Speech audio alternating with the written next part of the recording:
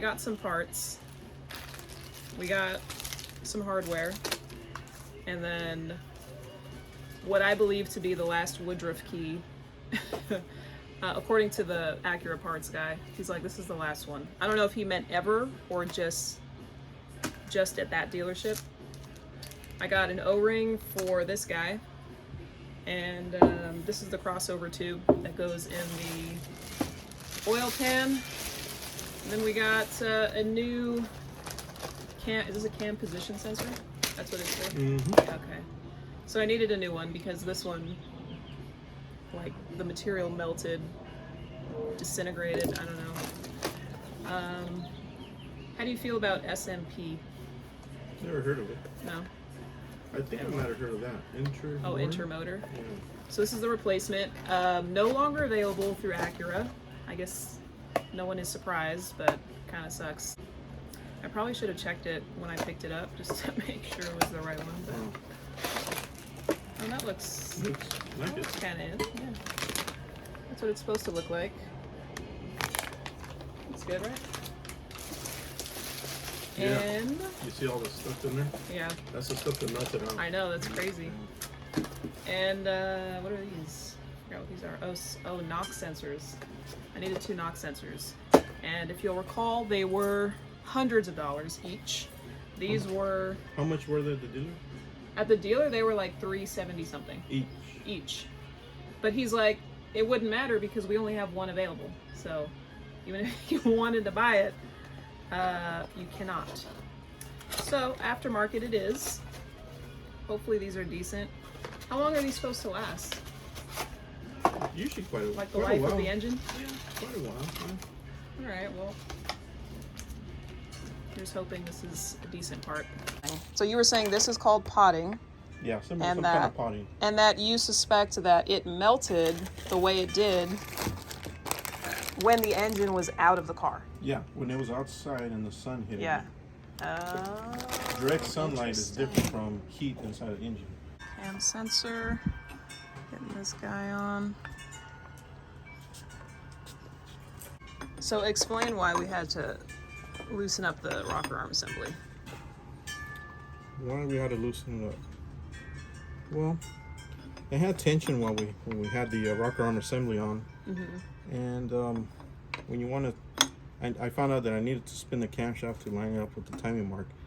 But in doing so, when you do that, there's a little bit of tension on the cam with this on there. So it wants to basically you turn it a little bit and it wants to spin because it's always, the cam's loaded on the low. So this engine's an interference engine. So I hate to turn it, have the cam run away from me, and then open the valve and tag the piston. We are moving on to the rear cover because the timing belt tensioner doesn't feel very good. We called around, hard to source parts on a Sunday, especially parts for a Legend. So we're gonna move on. The fun continues.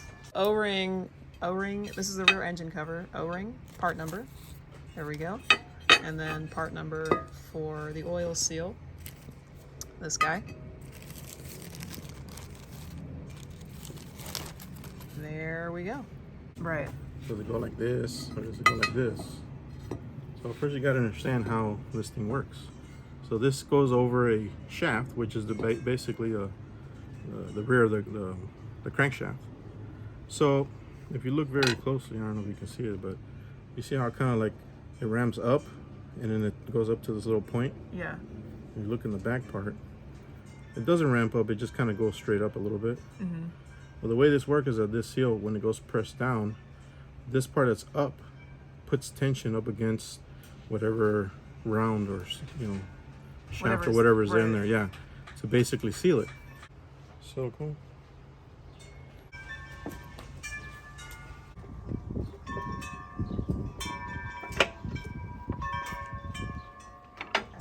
So you always want to have a grease on any kind of oil seal, because the engine will sit, but on the initial startup, you don't want this to be dry.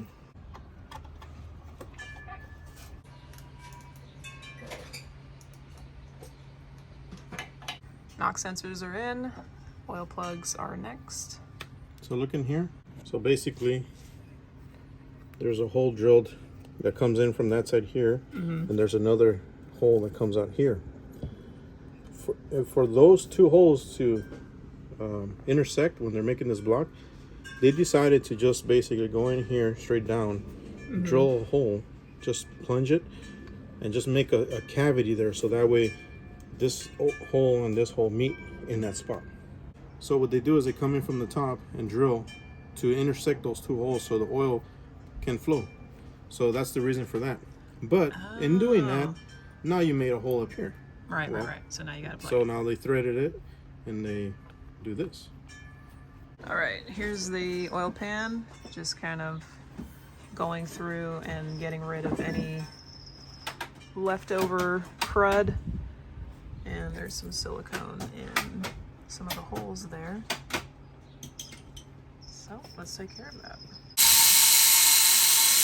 All gone.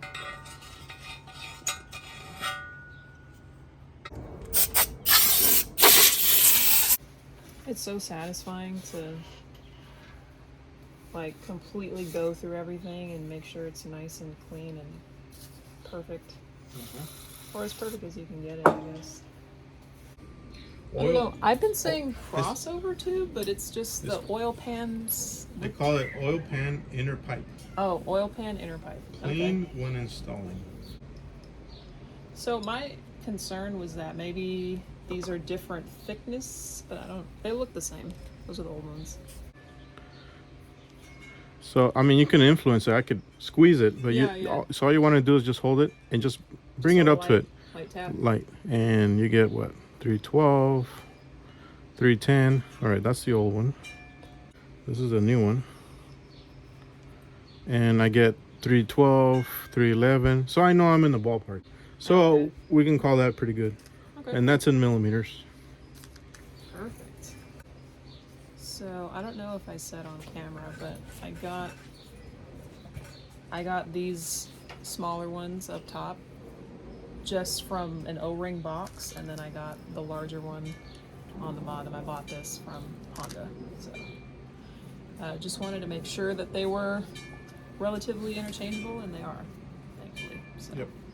All right. Part number 4. This O-ring. Beautiful. All right, now we just need the snap ring for this. Yeah, we'll look for that. Oh shit. That won't hurt nothing. Just put it all the way around it. So that way the O-ring doesn't go in there dry and it doesn't like cut it or I see. chafe it or something. Right. Put a little bit on that surface. Which one? In here. Oh, in there. Yep. Okay. I also put some there, just so it's like it doesn't hurt the. Is that too much? No, it's fine. Then just move it all right around. Small end goes in. Yep.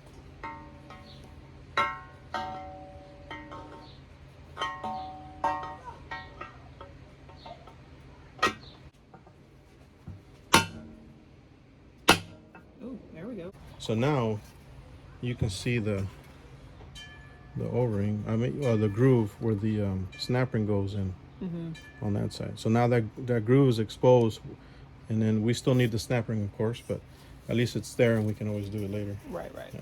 It looks like we may have to take that tube off. Yep.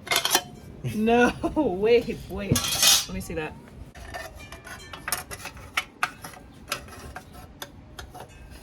God damn it. So we had to take the tube off because it wasn't going to fit. Oh, there's no way we would have gotten Now it. it fits, you see? The tube. So a little bit of blue Loctite. This is a pretty cool design for the year it is, because most of these pickups are usually attached on the oil pump side right away, right on it. And then you bring in the pan over it. Oh. Right? But this is like one of the designs I've seen that it has the pickup already part of the oil pan like this. Make it a little too much there, but that's fine. It'll drip off.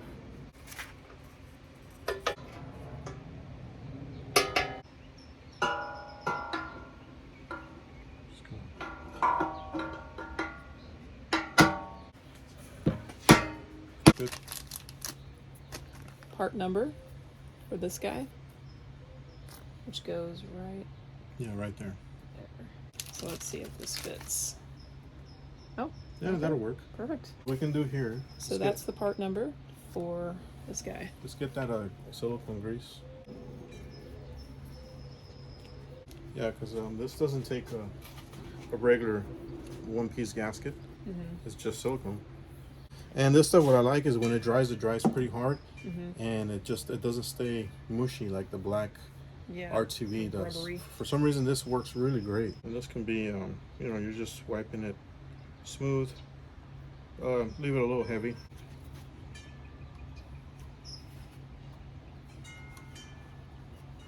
You see, there's a line here. Yeah. And then there's a line here where this is the cover. Oh, I see. So I see. two places where there's like a border or some kind of split. Right.